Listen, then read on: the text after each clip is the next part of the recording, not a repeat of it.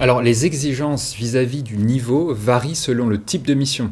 Par exemple, sur certaines missions techniques, donc recherche et développement, ingénierie, informatique, l'allemand ne sera généralement pas exigé, l'anglais suffira.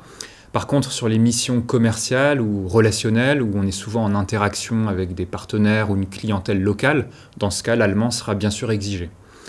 Dans tous les cas, même si le poste que vous occupez ne requiert pas une maîtrise de l'allemand, je conseille quand même de l'apprendre un minimum, parce que, comme pour n'importe quelle langue, sur le plan des relations sociales, ça peut faciliter les échanges avec les collègues, et en dehors de l'entreprise, ça vous facilite la vie dans beaucoup d'aspects pratiques du quotidien. Sur le plan personnel, apprendre une nouvelle langue, c'est toujours enrichissant, ça permet aussi de mieux comprendre le mode de pensée local, la culture locale. Et enfin, ça peut avoir une utilité stratégique puisque ça vous ouvre plus de portes et de perspectives d'évolution professionnelle, surtout si vous envisagez de vous installer dans le pays à long terme.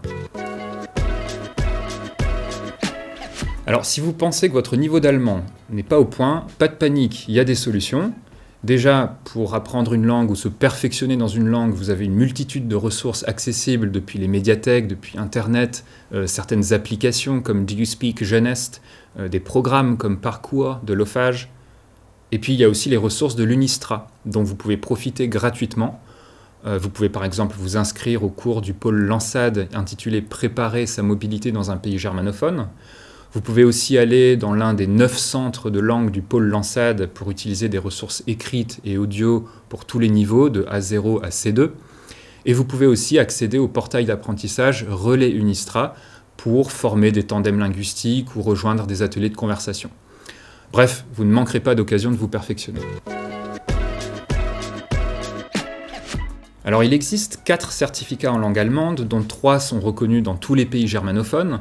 Tout d'abord, il y a le Goethe-Zertifikat, pour lequel la cellule de certification en langue de l'Université de Strasbourg organise des sessions de certification du niveau A1 au niveau C2.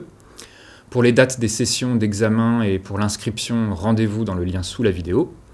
Et par ailleurs, il existe aussi 2 autres tests, le Test DAF, Deutsch als Fremdsprache, et le VDAF, Deutsch als Fremdsprache in der Wirtschaft, donc l'allemand en contexte professionnel, composé de 2 volets.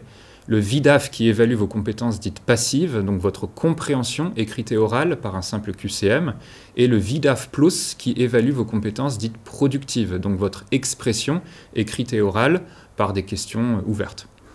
Et enfin, il y a aussi le CLES allemand, mais celui-ci est reconnu uniquement en France.